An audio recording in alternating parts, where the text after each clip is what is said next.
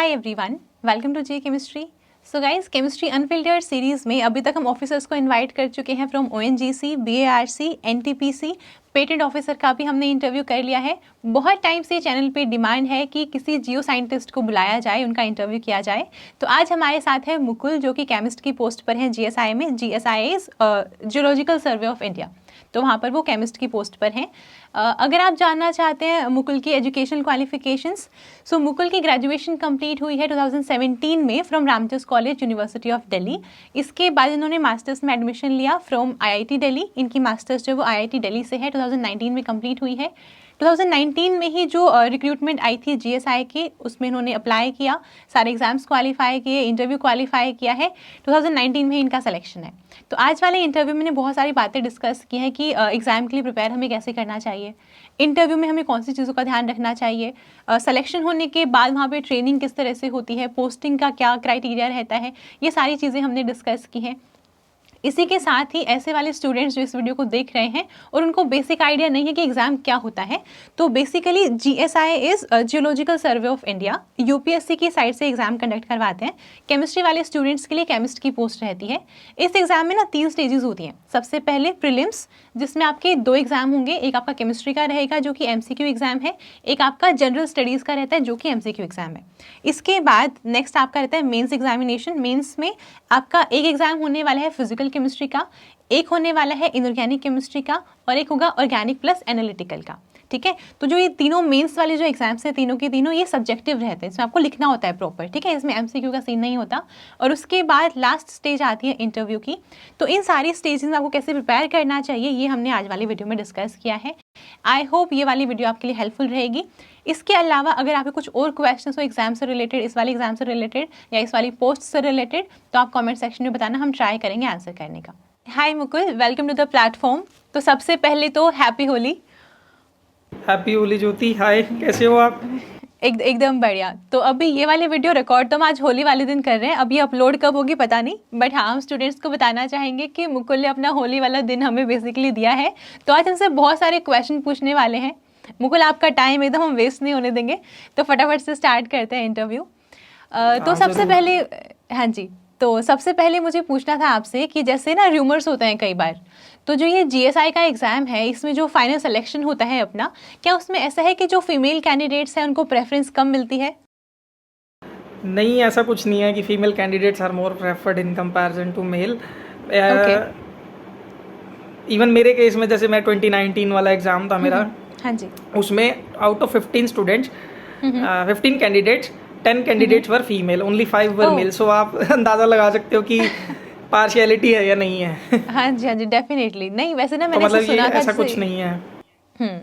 तो फिर जैसे आपने बोला 10 फीमेल कैंडिडेट्स थे और 5 मेल कैंडिडेट्स थे, तो मैं क्वेश्चन उल्टा पूछ लूँ कि ऐसे पार्शियलिटी होती है क्या, मेल कैंडिडेट्स को कम प्रेफरेंस मिलती है? नहीं, ऐसा कुछ पार्शियलिटी नहीं है। जो मतलब अच्छा करेगा वो सिलेक्ट होगा, अदरवाइज नहीं होगा। ऐसा पार्शियलिटी कुछ नहीं है। ओके, तो जैसे हमें पता है जो एग्ज़ाम है अपना, इसमें 3 स्टेजेस होती हैं, है ना। सबसे पहले स्टेज 1 है जिसमें अपना एमसीक्यू एग्ज़ाम है, और अब तो एक जनरल स्टडीज़ वाला भी ऐड कर दिया गया है एमसीक्यू पेपर। इसके बाद मेंस होता है जिसमें सब्जेक्टिव क्वेश्चंस आते हैं, और लास्ट में इंटरव्यू होता है। तो इन सब के मार्क्स मिला के फाइनल सिलेक्शन होता है ना। तो आज हम ट्राई करेंगे इस इंटरव्यू में कि हम हर एक स्टेज को कवर करते हुए चलें। तो सबसे पहले तो आप मुझे ये बताइए कि आपको इस एग्ज़ाम के बारे में कब पता चला था? मुझे पहले मैं क्लैरिफाई कर दूं कि मेरा वाला केस में प्री का सिनेरियो नहीं था। प्री 2020 से स्टार्ट हुआ है, मैं 2019 में था, तो मुझे प्री के बारे में तो ज़्यादा नहीं नॉलेज है। ओके, और ठीक है। हाँ, तो मुझे फर्स्ट टाइम ग्रेजुएशन में पता चला था, मेरे एक सीनियर का सिलेक्शन हुआ था, तो मुझे पता चला कि यार अच्छा, कंबाइंड जियो साइंटिस्ट का भी कोई एग्ज़ाम होता है जो यूपीएससी कंडक्ट कराती है। तो अदरवाइज़ मुझे तो यही होता था कि गेट होता है आफ्टर एमएससी, एंड बीएआरसी होता है, या फिर नेट होता है। मुझे जीएसआई का, मुझे ज़्यादा जीएसआई के बारे में नहीं पता था उस टाइम तक।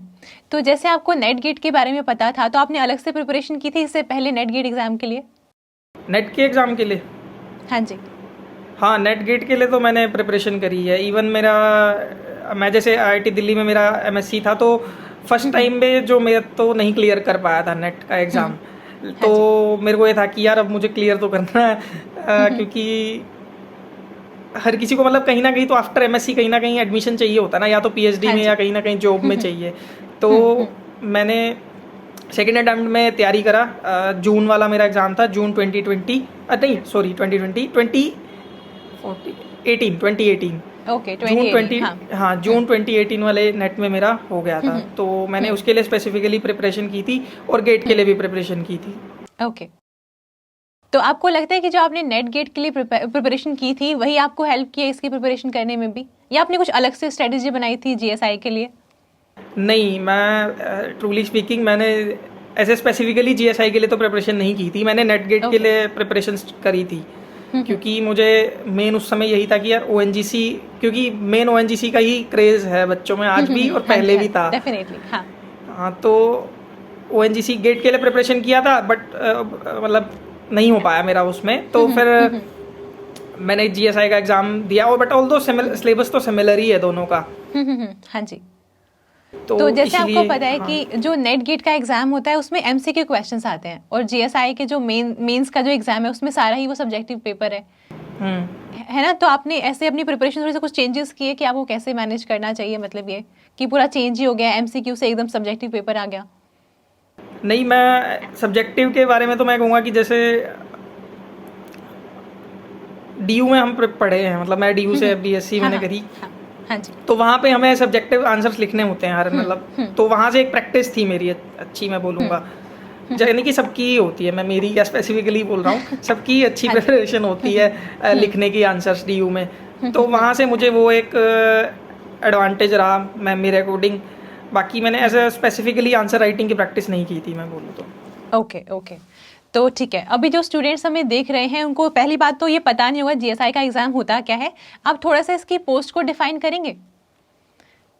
हाँ, post post post as you know chemist की पोस्ट होती है, और यूपीएससी का एग्ज़ाम होता है कंबाइंड जियो साइंटिस्ट, उसके थ्रू आपको सिलेक्शन होती है। एंड वहाँ जाके आपका एनालिटिकल वर्क होता है, rock samples, solid rock samples, water samples and stream sediment sample, soil samples, ये सब आते हैं। इन सब का एनालिसिस करना होता है, that depending upon the requirement की क्या पूछा गया उनसे।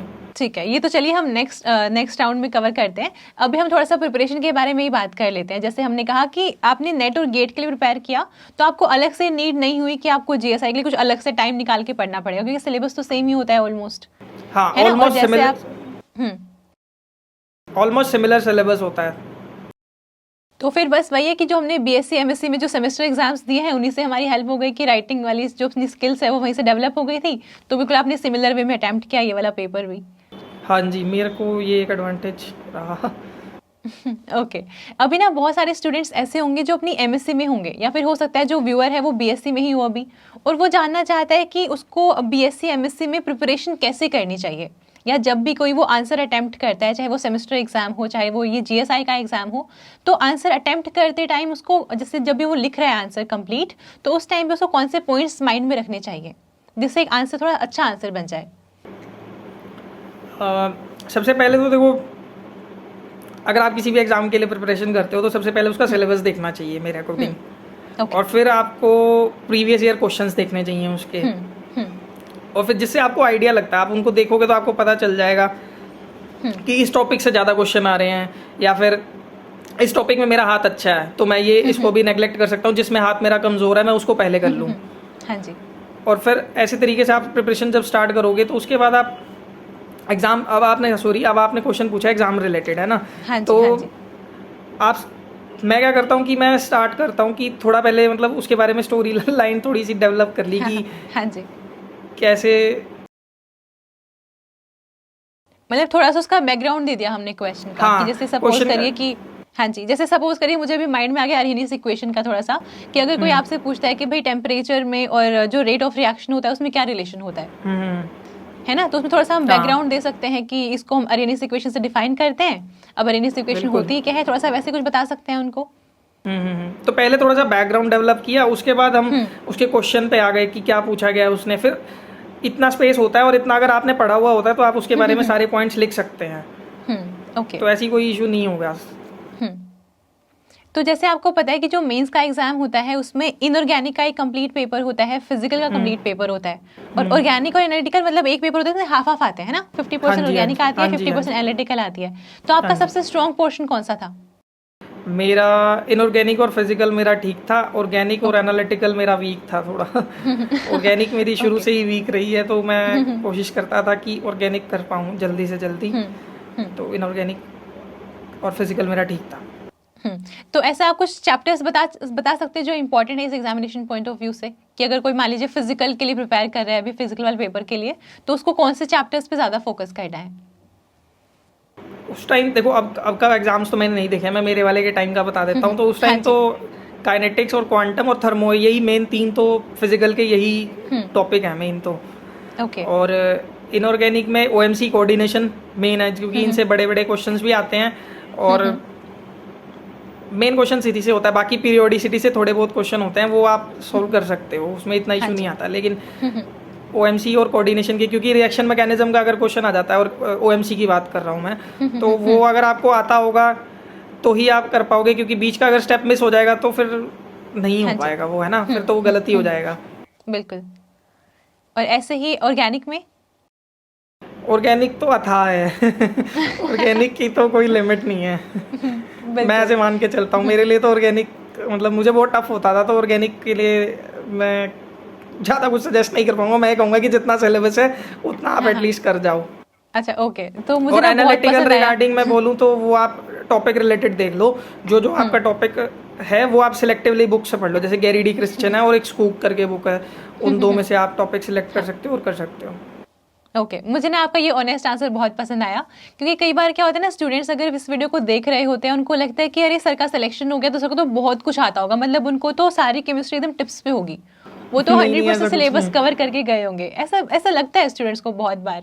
तो गाइस आप देख ही रहे हैं, सर ने भी बताया, भी एक्सप्लेन किया है कि ऑर्गेनिक उनको थोड़ा डर लगता था, फोबिया था ना मुझे ऑर्गेनिक से। बिल्कुल। तो ऐसा होता है, तो ये चीज़ें बहुत कॉमन है। तो अगर आपको लगता है आपकी इनऑर्गेनिक फिजिकल स्ट्रॉन्ग है, आप ट्राई करो कि आपकी इनऑर्गेनिक और फिजिकल वाले पेपर में आप ज़्यादा अच्छा स्कोर कर पाओ, ताकि अगर बिल्कुल ऑर्गेनिक में थोड़ा सा कम भी आता है तो वो ओवरऑल कंपनसेट कर ले ओवरऑल। बिल्कुल बिल्कुल। और होता यही है जनरली हर कैंडिडेट के केस में, इनऑर्गेनिक और फिजिकल में ही ज़्यादा मार्क्स आते हैं। ऑर्गेनिक एनालिटिकल में बस मतलब ठीक ठीक आ जाते हैं सबके, इन कंपैरिजन टू ऑर्गेनिक और हाँ, इनऑर्गेनिक और फिजिकल। फिजिकल। हाँ जी। अच्छा, मुझे एक चीज़ और पूछनी थी, जैसे ये 3 पेपर होते हैं मेंस वाली स्टेज पे, है ना, तो इन तीनों में अलग अलग क्वालिफाई करना इंपॉर्टेंट होता है या तीनों के मिला के कंबाइंड मार्क्स देखे जाते हैं? नहीं, कंबाइंड मार्क्स देखे जाते हैं ओवरऑल। अच्छा, ओके। तो मान लीजिए कि इनऑर्गेनिक और फिजिकल में हम बहुत अच्छा स्कोर कर लें, और ऑर्गेनिक एनालिटिकल का जो पेपर है उसमें बिल्कुल ऐसे 10 मार्क्स आए हैं, तो ऐसे डिस्क्वालीफाई तो नहीं हो जाएंगे? मैंने ऐसा सिनेरियो सुना नहीं है कभी, तो I can't answer on that. हाँ, ओके, ठीक मेरे है। तो हिसाब से तो मतलब नहीं है, ओवरऑल ओवरऑल ही होता है। ठीक है, तो चलो ये तो भी बहुत अच्छी बात है ना, कि अगर हाँ, आप दो में ओवरऑल भी ही बहुत होता अच्छा है। परफॉर्म कर रहे हो तो एक थोड़ा सा बैलेंस हो जाएगा। ठीक है। और अच्छा, बैलेंस मुकुल भी आप अगर कोई अगर हाँ जी, हाँ जी। बोलिए बोलिए, आप बोलिए। नहीं, मैं आपसे बुक्स पूछ रही थी कि कौन सी बुक्स रेफर करनी चाहिए। बुक्स मैंने देखो, इनऑर्गेनिक के लिए तो ओएमसी की वो एक बीडी गुप्ता एजे हाँ इलियास जी। सर की बुक होती है, हम्म। वो बहुत अच्छी बुक है। हमने एमएससी में भी वही पढ़ी है, और गेट के जीएसआई के प्रिपरेशन के लिए भी वही पढ़ी है। एंड कोऑर्डिनेशन के लिए अजय कुमार जी की सर की भी एक बुक आती है, हाँ जी, हाँ जी। वेल फेमस बुक है वो, मतलब वेल नोन ऑथर है।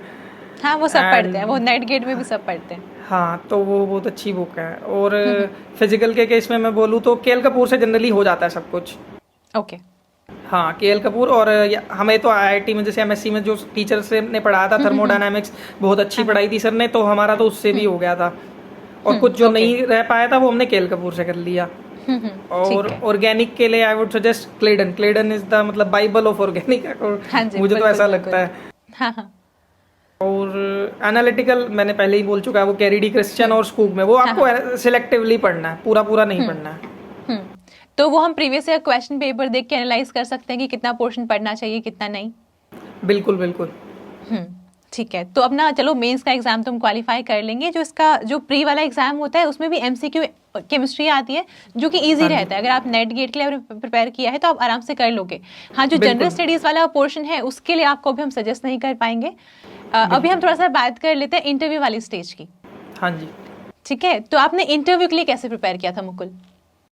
मैं इंटरव्यू के लिए यही बोलूँगा कि जो भी मेंशन्ड है ना सिलेबस में, वो आपको सब कुछ मतलब थोरो होना चाहिए एक बार, स्पेशली एनालिटिकल, क्योंकि ऑर्गेनिक फिजिकल के या इनऑर्गेनिक के आंसर्स तो क्वेश्चंस तो आप आंसर कर ले जाओगे, क्योंकि उसमें डाइवर्सिटी इतनी नहीं आएगी, क्योंकि वो आप पढ़ते ही आ रहे हो तो वो आप इजीली आंसर कर जाओगे। लेकिन एनालिटिकल जो है वो थोड़ा टफ होता है, इसलिए बच्चों के रिटन वाले एग्जाम में भी और एनालिटिकल वाले में ही सबसे कम मार्क्स आते हैं। ओके ओके, तो ठीक है, इसलिए तो मैं सजेस्ट एनालिटिकल करूँ, पे हाँ, एनालिटिकल पे फोकस होना चाहिए। स्पेक्ट्रोस्कोपी जितनी है सबकी सब आपको पढ़ी होनी चाहिए, याद होनी चाहिए। और सेकेंडली आई वुड से आपका प्रोजेक्ट, बीएससी में जो अगर आपने कोई रिसर्च प्रोजेक्ट किया है या एमएससी में कोई रिसर्च प्रोजेक्ट किया है या इवन कोई पीएचडी कर रहा है या कर चुका है, तो उसके रिलेटेड उसके वर्क से ज़रूर पूछा जाता है। ओके, मान लीजिए कोई स्टूडेंट ऐसा है जिसने बीएससी या एमएससी में कोई प्रोजेक्ट नहीं किया है, जैसे डीयू में प्रोजेक्ट होता है, आईआईटीज में लास्ट में होता है, लेकिन कुछ यूनिवर्सिटीज़ ऐसी हैं जहाँ पे प्रोजेक्ट का कुछ ऐसा होता नहीं है, सिर्फ एग्जाम्स होते हैं, उनके नॉर्मल थियरी क्लासेस चलती हैं, तो क्या ऐसा है कि उनको प्रेफरेंस कम मिलेगी फाइनल इंटरव्यू में? नहीं नहीं, ऐसा कुछ नहीं है। आपने इंटरव्यू में कैसा परफॉर्म किया है उस पर डिपेंड करता है, क्योंकि वो आपसे क्वेश्चंस तो पूछेंगे ना, वो तो आपका आपने प्रोजेक्ट किया है तो वो आपका एक एडवांटेज बोलूँगा मैं उसमें, क्योंकि वो आपकी एक्सपर्टीज़ में बोल सकता हूँ, क्योंकि उसमें आपकी एक्सपर्टीज़, आपने उसमें 1 साल काम किया, तो अगर आप उस पर जा रहे हैं, आपका ये लक है, अच्छा है कि आप उस पर आंसर कर पाओगे, क्योंकि वो आपका काम है, आप जानते हो आपने उसमें क्या किया, उसका क्या यूज़ है, उनको शायद थोड़ा कम आइडिया होगा। हाँ जी, तो इसलिए वो एक अच्छा एडवांटेज है। अगर किसी के पास है, नहीं है तो भी कोई फर्क नहीं पड़ता है उससे। मेनली तो आप अगर आंसर्स अच्छे कर पा रहे हो तो you will be definitely able to sail through it. Okay, आपको कुछ क्वेश्चंस माइंड में है अभी जो आपसे इंटरव्यू में पूछे गए थे? अभी मैं इंटरव्यू वाला लास्ट क्वेश्चन का थोड़ा बताना चाहूंगा, उसमें बचा है थोड़ा। सॉरी, हाँ, प्लीज प्लीज बोलिए, नहीं प्लीज बोलिए। हाँ, जैसे उसमें रीसेंट एडवांसमेंट्स के बारे में भी पूछ लेते हैं। जैसे पीछे हमारे टाइम पे शायद एक नोबेल प्राइज आया था लिथियम आयन बैटरीज में। ओके, तो रीसेंट एडवांसमेंट्स के बारे में भी आपको पता होना चाहिए। और डेफ, मेनली तो डेफ भी बहुत इंपॉर्टेंट होता है। आप कुछ बच्चे क्या होते हैं जो डिटेल्ड एप्लीकेशन फॉर्म, डेफ की फुल फॉर्म मैं बताना चाहूँगा, तो वो जो इंटरव्यू से पहले बच्चे लोग भरते हैं, तो उसमें कुछ लोग क्या बिना ऐसे ही भर देते हैं कि यार इससे तो क्या ही पूछेंगे, है ना, ये तो हम तो टेक्निकल फील्ड वाले लोग हैं, तो हमसे तो केमिस्ट्री रिलेटेड ही क्वेश्चन पूछे जाएंगे, डेफ से नहीं पूछे जाएंगे। जबकि ऐसा गलत है, पूछा जाता है क्वेश्चन, डेफ से बिल्कुल पूछा जाएगा, आपकी हॉबीज से पूछा जाएगा, आपके इंटरेस्ट से क्वेश्चन पूछा जाएगा। मैंने भरा था, मेरे से पूछा गया था, मेरे कई फ्रेंड्स हैं उनसे भी पूछा गया। ओके, तो क्या और आपको जीएसआई के बारे में भी पता होगा, पता Okay. होना चाहिए, मतलब कि जीएसआई कब स्टार्ट हुआ, जीएसआई क्या वर्क करता है, ये सब थोड़ा जीएसआई के बारे में। और role of chemist in GSI, what do chemist do in GSI, ये भी पता होना चाहिए। ओके, ठीक है। तो आपने जैसे बोला कि हॉबीज से, आपके इंटरेस्ट से क्वेश्चन पूछा जाएगा, तो आपने क्या लिखी थी हॉबी वहाँ पे उस टाइम पे? मेरे को क्रिकेट का शौक था, तो मैंने क्रिकेट रिलेटेड लिखी थी हॉबी, तो मेरे से क्रिकेट रिलेटेड क्वेश्चन पूछा गया था। अच्छा, ओके। तो मतलब ऐसे अगर कोई मान लीजिए ऐसे शौक में लेता है कि मुझे बैडमिंटन खेलना पसंद है, हाँ, है ना, और फिर और वो जाके पूछ ले कि भाई 5 प्लेयर्स के नाम बता दो जो इंडिया के लिए खेलते हैं बैडमिंटन, हाँ, है ना, और वो तो ना अगर वो नहीं बता पाया तो फिर वो उससे बड़ी बेइज्जती तो कुछ नहीं है, क्योंकि वो आपने खुद लिखा है और आप खुद ही नहीं बता पा रहे हो, तो वो एक बहुत बड़ा नेगेटिव पॉइंट है मेरे अकॉर्डिंग, तो होता भी है। हाँ, नहीं, ठीक है, बिल्कुल सही बात है कि केमिस्ट्री पे तो फोकस करना ही है। उसके अलावा जब भी आप अप्लाई कर रहे हैं, जो भी अपने इंटरेस्ट, हॉबीज जो भी फिल कर रहे हैं, आपको उसको भी माइंड में रख के फिल करना है। बिल्कुल। ओके, तो इसके बाद वो कुछ क्वेश्चंस हैं माइंड में जो केमिस्ट्री वाले पोर्शन से पूछे गए थे? हाँ, मेरे से कुछ, जैसे मैंने पहले ही बोला कि आप ऑर्गेनिक इनऑर्गेनिक के आंसर्स कर जाओगे, क्वेश्चंस के आंसर, लेकिन एनालिटिकल जो होता है वो नहीं कर पाते हो आप। तो जैसे मैं सिंपल बताता हूँ, मेरे से, और स्टार्टिंग मतलब क्योंकि पहले आपको कंफर्टेबल करेंगे ना, फिर धीरे धीरे वो उसके बाद आपसे क्वेश्चंस पे जाते हैं। तो मेरे से जैसे फर्स्ट क्वेश्चन पूछा गया था वो काफ़ी ईजी था, मैं बोलूँगा। एक C4H8 बोला था कि इसके आइसोमर्स बनाओ। अच्छा, तो 3-4 आइसोमर्स थे, तो मैंने बना दिए थे उस टाइम। उसके बाद उन्होंने मुझसे पूछा कि how will you do the analysis with the estimation with the UV visible spectroscopy. Okay, तो that was also I was able to answer. But एक क्वेश्चन पूछा उन्होंने कि रमन स्पेक्ट्रोस्कोपी का यूज होता है ओल्ड पेंटिंग्स की एज डिटरमाइन करने में, तो that was something new for me, तो मैं आंसर नहीं कर पाया था। तो मैंने कहा sir sorry, I am not aware of this. तो ऐसे क्वेश्चंस थे। अच्छा मुझे एक बात बताइए, जैसे ना बहुत बार इंटरव्यू में होता है कि जैसे सामने से क्वेश्चन आया, हमें नहीं आता उसका, ठीक है, हमें आइडिया ही नहीं है उसका, तो उस वाले केस में हम क्या करें? थोड़ा सा ट्राई करने की कोशिश करें, गलत आंसर कर दें, या फिर साफ साफ बोल दें कि सर मुझे इसका आइडिया नहीं है? क्या करना चाहिए आपके अकॉर्डिंग? नहीं देखो, सबसे पहले तो काम रहना चाहिए, मतलब ज़्यादा ऐसे टेंशन लेने की ज़रूरत नहीं होती है। अगर आप शांत रहोगे तो ही आप मतलब अपनी थिंकिंग को यूज़ कर पाओगे, अपने दिमाग को यूज़ कर पाओगे और अच्छा आंसर कुछ दे पाओगे, अगर आता है तो। अगर नहीं आता, आपको फैक्चुअल क्वेश्चन है, अगर आपको नहीं पता, तो यू कैन डायरेक्टली से कि sir sorry at present I am unable to recall at this moment, या मुझे नहीं आता है। क्योंकि ब्लफ करोगे तो फिर पकड़े जाओगे, बिल्कुल। और फिर वो बहुत गलत होगा, फिर वो आपको खलेगा मतलब बाद में कि यार क्यों किया मैंने ऐसा। तो आपका इंटरव्यू मतलब कितने टाइम के लिए चला था? इतना ही चलता है, 20-25 मिनट से ज़्यादा नहीं चलता है शायद, इतना ही चलता है। ओके ठीक है, क्योंकि जैसे मुझे आइडिया है बीएआरसी का इंटरव्यू तो 1 घंटे से ऊपर चलता है, मतलब आराम से 1 घंटा 1.5 घंटा चल जाता है, कई बार 2 घंटे भी चल जाता है। बिल्कुल, बीएआरसी का तो बहुत लंबा इंटरव्यू चलता है। ऐसे जैसे ओएनजीसी का है वो भी 13 से 15 मिनट 20 मिनट मैक्सिमम चलता है। It is average. अगर बीच का इंटरव्यू है, छोटा मतलब ना बड़ा है ना छोटा है। नहीं ठीक है। अच्छा एक और चीज़ है, जैसे स्टूडेंट्स के माइंड में आता है कई बार कि अगर हम इंटरव्यू के लिए अपेयर कर रहे हैं तो हमें क्या पहन के जाना चाहिए? तो अपनी फॉर्मल अटायर, बिल्कुल। अच्छा आप फॉर्मल पहन के गए थे? हाँ मैं फॉर्मल पहन के गया था। ओके, तो बाकी जो कैंडिडेट्स है सबने फॉर्मल पहना हुआ था आपके आसपास जो भी थे? सबने formal, even ladies also. Okay आपका इंटरव्यू कहाँ पर हुआ था? यूपीएससी में ही होता है, धौलपुर हाउस, जो मतलब शाहजहां रोड पे ऑफिस, मतलब जो यूपीएससी का मेन है ना हेडक्वार्टर, वहीं पे होता है इंटरव्यू। ओके, दिल्ली में ना? हाँ जी दिल्ली में। अच्छा ओके, तो सबका इंटरव्यू दिल्ली में ही होता है? सबको अपने चूज करने का ऑप्शन मिलता है कि आप चूज कर लो कहाँ पर आप इंटरव्यू देना चाहते हैं? नहीं, सबका दिल्ली में होता है, सबका दिल्ली में। अच्छा, एक ही जगह। ओके ठीक है, तो आप कुछ टिप्स देना चाहेंगे कि इंटरव्यू में कौन से पॉइंट्स का ध्यान रखना चाहिए? बस यही कहूँगा कि जस्ट मतलब शांत रहना है ज़्यादा। आपको अगर नहीं आ रहा है तो ब्लफ नहीं करना है, नहीं आ रहा तो डायरेक्टली मना कर सकते हो कि सर नहीं आता मुझे, या मैं अभी I am unable to recall at this moment, और I am not aware of this, और ब्लफ नहीं करना है। और वो भी एक्सपेक्ट नहीं करते हैं आपसे, मतलब कि जैसे 100 क्वेश्चन पूछे फॉर एग्जांपल, हाइपोथेटिकली 100 क्वेश्चन, तो आप 100 के 100 आंसर नहीं कर पाएंगे। बिल्कुल। तो ना वो एक्सपेक्ट करते हैं, और बस दे वांट, वो आपको जज करते हैं, मतलब आपको डिफिकल्ट थोड़ा प्रेशर, मैं बोलूँ कि how are you handling the pressure, that's the main, वो जो जानना चाह रहे हैं। हाँ, बस मेन यही है, ज़्यादा ब्लफ नहीं करना है, बस मेन तो यही होता है कि आता है तो हाँ कर, ये आंसर करो, अदरवाइज डायरेक्टली से नो, बस। ओके अच्छा, जैसे ना मुझे ओएनजीसी का थोड़ा सा आइडिया है कि वहाँ पे 15 मार्क्स का इंटरव्यू रहता है और मिनिमम आपके 9 मार्क्स होने चाहिए टू क्वालिफाई द इंटरव्यू, तो ऐसा कुछ जीएसआई में भी होता है मिनिमम मार्क्स का क्राइटेरिया? नहीं, आई डोंट थिंक सो कि कुछ मिनिमम मार्क्स का क्राइटेरिया। अच्छा ओके, तो आपको ना उस टाइम का याद है जब आप अपेयर किए थे, लास्ट में जो फाइनल रिजल्ट आया था, कट ऑफ कितनी आई थी उस टाइम पे?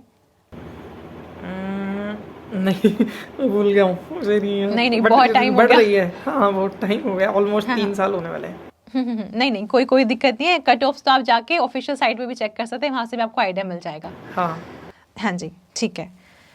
ओके, इसके बाद हमें जानना है कि मान लीजिए फाइनल रिजल्ट डिक्लेयर हो गया है, तो उसके बाद का प्रोसीजर क्या रहता है? उसके बाद सबसे पहले तो जैसे फाइनल रिजल्ट आ गया आपका, तो उसके विद इन 1 and 1.5 मंथ्स आपको मेडिकल के लिए ईमेल आ जाता है मिनिस्ट्री ऑफ माइंस की तरफ से। ओके कि on this date you have to be present again in front of the medical board. वो सफदरजंग में भी होता है, या दिल्ली के ही किसी हॉस्पिटल में होता है, बड़े हॉस्पिटल में मतलब। ओके ठीक है। और तो जो ये मेडिकल टेस्ट है काफ़ी स्ट्रिक्ट टाइप का रहता है? नहीं, इजी बेसिक टेस्ट होता है, बस X ray, urine test, blood test, BP, height, weight, eyes का चेक करते हैं, बस। अच्छा, आईज से मुझे याद आया कि जैसे मान लीजिए किसी को स्पेक्स लगा हुआ है सपोज, तो प्रॉब्लम होती है कोई उसमें? नहीं बिल्कुल भी। आई उसका एक क्राइटेरिया है, जो नोटिफिकेशन आता है ना उसके अंदर लिखा होता है कि ये स्टैंडर्ड्स हैं, आप उसको मीट कर पे हो तो you will be definitely selected. Mainly squint और कलर ब्लाइंडनेस का होता है, जिसमें मतलब थोड़ा इशू रहता है, मैं बोलूँ।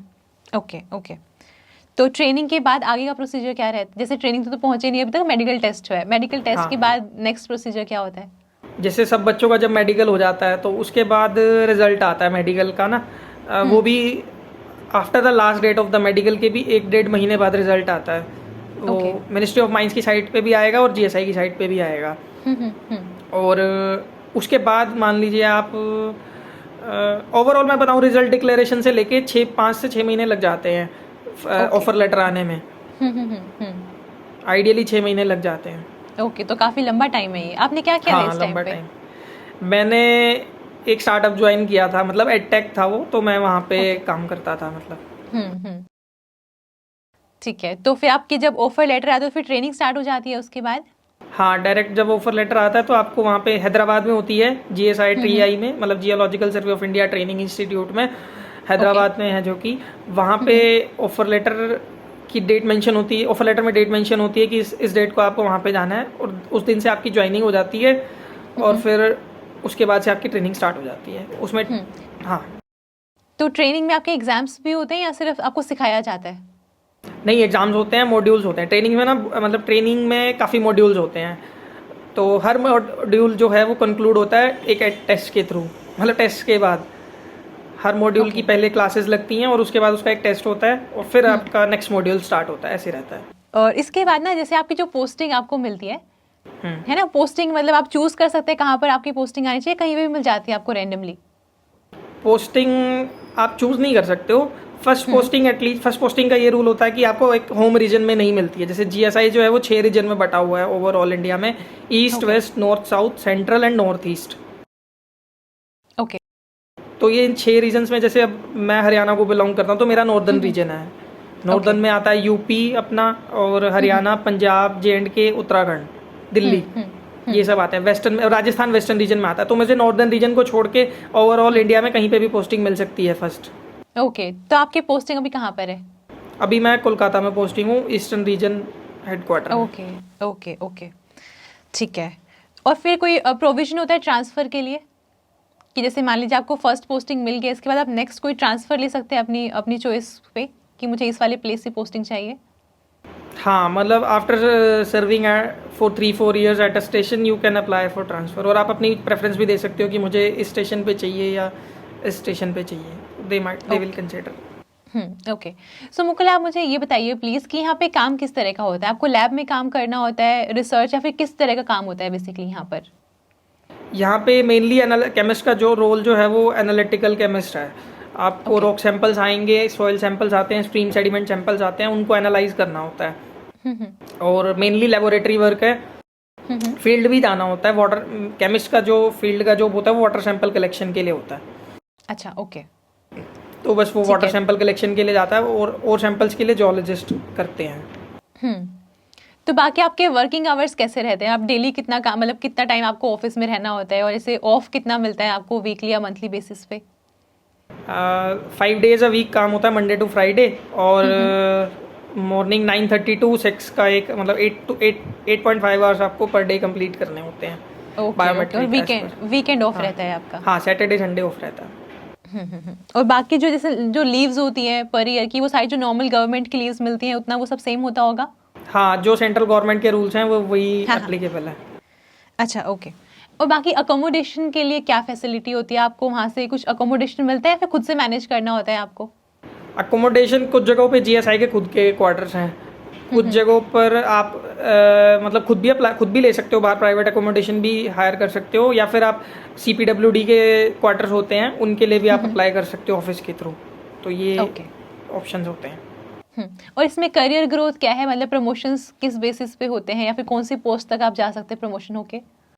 प्रमोशन होके आप, मतलब अभी जैसे मैं केमिस्ट पोस्ट पे हूँ, इनिशियली केमिस्ट से स्टार्टिंग, वैसे और लोअर पोस्ट भी होती हैं, असिस्टेंट केमिस्ट, STA, JTA, जो मतलब केमिस्ट से लोअर रैंक का है। Okay okay. और केमिस्ट से ऊपर होती हैं senior chemist, superintending chemist, director and deputy director general. तो ये मतलब हायरार्की है केमिस्ट की, केमिस्ट्री फील्ड की इन GSI। और तो प्रमोशन, जब तक आप रिटायर होंगे तो आप कौन सी पोस्ट पे हो जाएंगे तब तक? अगर सब कुछ सही रहा तो एपेक्स पोस्ट तक तो पहुंच ही जाएंगे। अगर सही रहा तो। हाँ, नहीं, सब सही रहेगा, सब अच्छा ही रहेगा। हाँ। तो फिर उस टाइम पे आप इंटरव्यू के लिए एग्री करेंगे अगर मैं वापस आपको अप्रोच करूं, अगर यहाँ भी सब सही रहता है तो? हाँ, जरूर। चलिए, ठीक है। ओके, सो मुकुल, ऐसा कुछ है लाइफ में जो आप रिग्रेट करते हैं अभी तक? रिग्रेट जब मैं 12th क्लास के बाद था तो मैं जेई की प्रिपरेशन नहीं कर पाया था, तो मुझे ये था कि मुझे आईआईटी का एक वो था, क्रेज़ था कि जाना चाहिए, तो उस टाइम मुझे काफ़ी होता था। तो फिर जब मैं ग्रेजुएशन में गया तो मुझे पता चला कि अच्छा एमएससी में भी जा सकते हैं वहाँ पे, तो मैंने तब वहाँ पे ट्राई किया और मेरा हो गया। तो फिर अब तो नहीं है पहले ज़रूर था। हाँ ग्रेट, चलिए तो बहुत ही अच्छा हाँ। हुआ। और आपको क्या हाँ। लगता है कि आपने देखो बहुत एक काफी लाइफ देख ली ना, अपनी स्कूलिंग देख ली, कॉलेज देख लिया, करियर आपका हाँ। भी सेटल्ड है एकदम, है ना? हाँ तो जी। आपको क्या लगता है कि आपकी बिगेस्ट स्ट्रेंथ क्या है, कि अगर स्टूडेंट्स जो देख रहे हैं इस वीडियो को, अगर आपसे कुछ सीखना चाहिए तो क्या सीखना चाहिए उनको? मेरी बिगेस्ट स्ट्रेंथ तो मैं बोलूँगा मेरे फैमिली और मेरे फ्रेंड्स ही हैं। मैं बोलता हूँ अगर मुझे कुछ भी इशू फील होता है या मैं कभी भी लो फील करता हूँ तो मैं अपने फैमिली या फ्रेंड से बात करता हूँ या उनसे डिस्कस कर लेता हूँ इशू। तो आपको कोई ना कोई आपका ऐसा अच्छा दोस्त ज़रूर होगा, या आपके सिस्टर है या भाई बहन है या माता पिता हैं, किसी से भी आप पूछ सकते हो। जब भी आपको कभी कुछ लो फील होता है आप उनसे डिस्कस करो, और डिस्कस करने से आपको सॉल्यूशंस जो हैं वो ज़रूर मिलते हैं। और ज़्यादा टेंशन नहीं लेनी चाहिए, जो होता है अच्छा ही होता है, तो ये फंडा रखना चाहिए। तो ये तो मुकुल, एक लास्ट क्वेश्चन मैं आपसे पूछना चाहूंगी, जो स्टूडेंट्स अभी अपने स्ट्रगलिंग फेज में हैं, हो सकता है वो जीएसआई के लिए प्रिपेयर ना कर रहे हो, वो भी नेट गेट के लिए प्रिपेयर कर रहे हो, या हो सकता है वो बीएससी एमएससी में भी सेमेस्टर एग्जाम्स को लेके ही परेशान हो, या कोई और भी इश्यूज कई बार हो जाता है लाइफ में, और कभी कभी हमें लगता है कि इतने टाइम से हम बार बार अटेम्प्ट करते जा रहे हैं एग्जाम को बट क्वालिफाई नहीं कर पा रहे हैं, तो बहुत ना डीमोटिवेशन आ जाती है। तो उस वाले फेज में कैसे खुद को ऐसे संभालना चाहिए, आप क्या सजेशन देना चाहेंगे? इस केस में तो मैं यही बोलूँगा कि आपको सबसे पहले खुद से बात करनी चाहिए इससे रिलेटेड कि आप कहाँ लैग कर रहे हो। क्योंकि आप खुद से बात करेंगे तो आपको समझ आएगा कि यहाँ मेरी मिस्टेक है, और एज ए मतलब न्यूट्रल वे में अपने आप को एनालाइज करो कि यहाँ कहाँ गलती रह गई, कहाँ नहीं रही, कहाँ गलती रह गई, क्या चीज़ मेरी स्ट्रेंथ है, क्या चीज़ मेरी वीकनेस है, किस चीज़ पे मुझे काम करना है। तो अगर आप ऐसे खुद से बात करोगे तो आपको you will definitely get a solution. आपको अपने आप से बात करने पे सोल्यूशन मिल जाएगा, क्योंकि आप सबसे झूठ बोल सकते हो लेकिन खुद से झूठ नहीं बोल सकते हो। वो एक बिल्कुल। हाँ, तो वो अगर रहेगा तो आप खुद एनालाइज कर जाओगे कि यहाँ कमी है तो मुझे इस पे वर्क करना है, और आप उस पर वर्क करोगे तो you will definitely get the result, but you have to be true to yourself. ठीक है, तो यहाँ से फिर हम ये मैसेज लेके जा रहे हैं आज कि हमें पहले खुद से ऑनेस्ट होना पड़ेगा। हम बाकी सबको कुछ भी बोल सकते हैं बट खुद को तो पता है ना हम कहाँ पर स्टैंड कर रहे हैं। तो जब भी आपको लगे कि आप बहुत डिमोटिवेट हो गए हैं तो एक बार थोड़ा सा टाइम निकाल के खुद से बात करिए। देखिए आपने लास्ट ईयर में कितना इम्प्रूव किया है, आप कौन से डायरेक्शन में जा रहे हैं, तो इन सारी चीज़ों से आप कुछ ना कुछ सोल्यूशन आई एम श्योर निकाल लेंगे। तो ठीक है मुकुल, आपसे बात करके बहुत अच्छा लगा। आई एम श्योर कि स्टूडेंट्स को भी बहुत हेल्प होने वाली है इस सेशन से। तो आपको आपने इतना टाइम इन्वेस्ट किया उसके लिए थैंक यू सो मच। नहीं, थैंक यू की तो कोई ज़रूरत नहीं है, बट हाँ मैं भी आपको थैंक यू करना चाहूँगा कि आपने मुझे अपने चैनल पे बुलाया, मुझे इंटरेक्ट करने का मौका दिया। नहीं, thank you so much. In fact ना बहुत टाइम से चैनल पे डिमांड थी, जैसे हमने ना ओएनजीसी में जो केमिस्ट पोस्ट होती है उनका ऑफिसर जो है उनका इंटरव्यू हमने किया है, बीएआरसी का हम कर चुके हैं, पेटेंट ऑफिसर का कर चुके हैं, एनटीपीसी का कर लिया। तो बहुत टाइम से ये डिमांड थी कि जियो साइंटिस्ट को भी लेकर आइए। सो थैंकफुली आप मिल गए मुझे। तो उसके thank you so much for your time. Thank you. My pleasure, thank you.